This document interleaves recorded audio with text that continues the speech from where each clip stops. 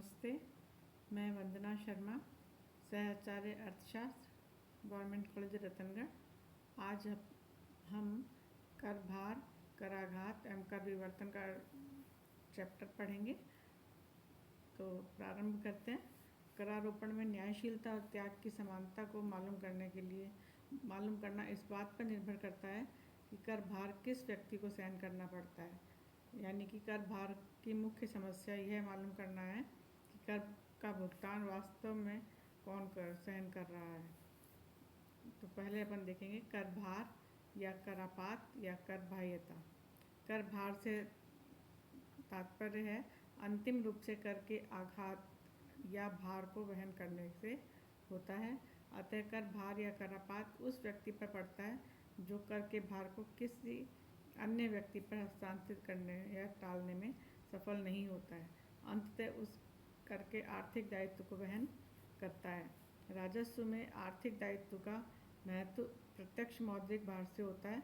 अतः कर भार को एक कर का प्रत्यक्ष मौद्रिक भार भी कहा जा सकता है। प्रोफेसर मेहता और अग्रवाल ने कहा है कि कर का प्रत्यक्ष मौद्रिक भार है।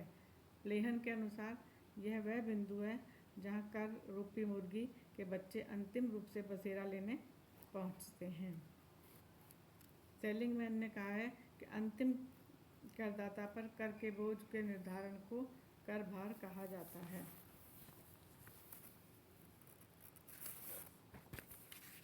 अब हम देखेंगे कर भार की विशेषता। पहली विशेषता है इसका संबंध कर के केवल प्रत्यक्ष मौद्रिक भार से होता है, अन्य प्रभावों से इसका कोई प्रयोजन नहीं होता है। नेक्स्ट है कर का दबाव और कर का भार एक व्यक्ति पर भी हो सकता है और अलग अलग व्यक्तियों पर भी हो सकता है। अब अपन देखेंगे कराघात। कराघात को कर का दबाव या कर संघात भी कहते हैं, जिसका मतलब है प्रथम आघात से है। कराघात को मूल कर का भार या प्रारंभिक कर भार भी कहा जाता है। इसे कर देयता भी कहा जाता है। कराघात उस व्यक्ति पर पड़ा हुआ माना जाता है जो सरकार को प्रत्यक्ष रूप से कर देता है, या कह सकते हैं कि जिस व्यक्ति पर सरकार कर लगाती है वह व्यक्ति कराघात सहता है यदि वह अपने ऊपर लगाए गए कर को अन्य व्यक्तियों पर टालने में सफल हो जाता है तो कर भार या करापात अन्य व्यक्तियों पर पड़ेगा, और यदि वह टाल ना सके तो कराघात के साथ साथ करापात भी उसी पर वहन करना पड़ता है। फिर नेक्स्ट है कर विवर्तन। कर विवर्तन का आशय कराघात से करापात की स्थिति में पहुंचने तक की क्रिया से है। जब वह व्यक्ति जिसे कर का भुगतान सरकार को करना पड़ रहा है अपने कर को अन्य व्यक्तियों पर टालने में सफल हो जाता है तो इसे कर विवर्तन कहा जाता है। कर भार हस्तांतरण की क्रिया को ही कर विवर्तन कहा जाता है। मसग्रेव ने कहा है कि परंपरागत अर्थ में कर विवर्तन से आशय उस प्रक्रिया से है जिसके द्वारा कर का प्रत्यक्ष मौद्रिक भार मूल्यों में परिवर्तन करके करापात की बिंदु से अंतिम विश्राम बिंदु की ओर हटा दिया जाता है। इससे स्पष्ट है कि कर विवर्तन तब होता है जबकि कराघात एक व्यक्ति पर पड़े और करापात दूसरे व्यक्ति पर। फिर है कर विवर्तन और कर की चोरी। कर विवर्तन की क्रिया द्वारा कर का भार एक व्यक्ति से दूसरे व्यक्ति पर डाल दिया जाता है और सरकार को कर की पूरी राशि मिल जाती है, लेकिन हिसाब किताब में हेराफेरी द्वारा आय कम दिखाई जाती है या कर का उत्तरदायित्व कम दर्शाया जाता है तो इसे कर अपवंचन या कर की चोरी कहते हैं। कर विवर्तन एक स्वाभाविक और कानूनी क्रिया है, परंतु कर की चोरी एक अवैधानिक और समाज विरोधी क्रिया है जिसे अनैतिकता और भ्रष्टाचार फैलता है। कभी कभी करदाता कानूनी सुविधाओं का पालन करते हुए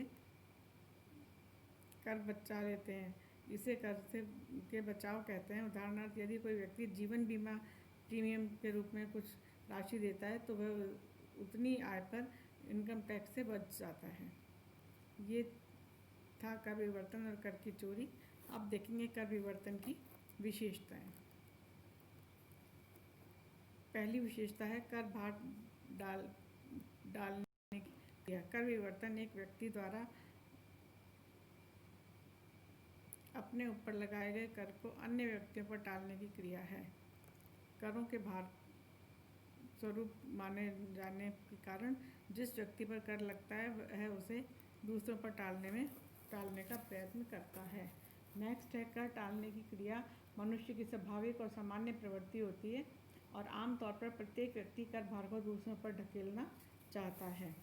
नेक्स्ट विशेषता है इसकी कर विवर्तन एक या अनेक बिंदुओं पर हो सकता है। कुछ कर ऐसे होते हैं जिनका कर विवर्तन एक ही बिंदु तक हो पाता है, और जैसे फुटकर दुकानदार चुंगी कर को उपभोक्ताओं पर डाल देता है।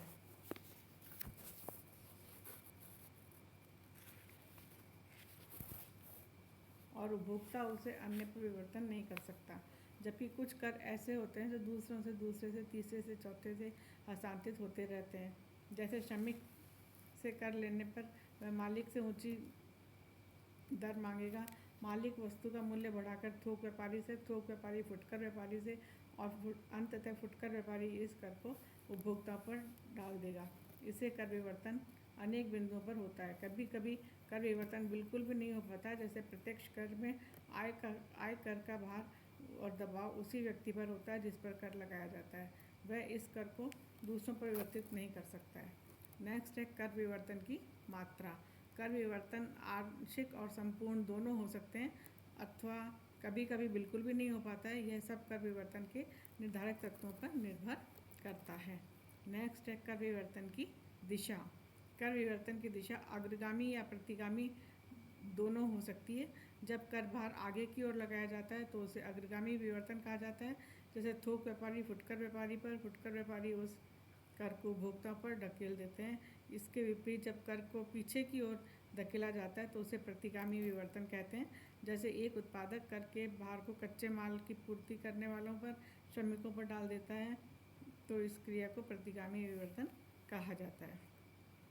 कर विवर्तन के रूप दो प्रकार के होते हैं, वस्तु के मूल्य में वृद्धि द्वारा और वस्तु के गुण, मात्रा या आकार अथवा तीनों में कमी द्वारा। सामान्यतया प्रथम में सफलता नहीं मिलने पर दूसरा तरीके को अपनाया जाता है। नेक्स्ट है कर विवर्तन के भागीदार। व्यापारी या तो सारे कर को उपभोक्ताओं पर या उत्पादकों पर विवर्तन कर सकता है और उसमें सफलता न मिलने पर कर भार का आंशिक विवर्तन होता है। अतः कभी कभी उत्पादक, उपभोक्ता, व्यापारी तीनों को यह भार वहन करना पड़ता है। नेक्स्ट है कर विवर्तन एक स्वाभाविक और कानूनी क्रिया है। इसमें करों की चोरी नहीं की जाती है, बल्कि करों को दूसरों पर टाला जाता है। इससे राजस्व की हानि नहीं होती है। करों को दूसरों पर धकेलना कानूनी वैध माना जाता है। धन्यवाद।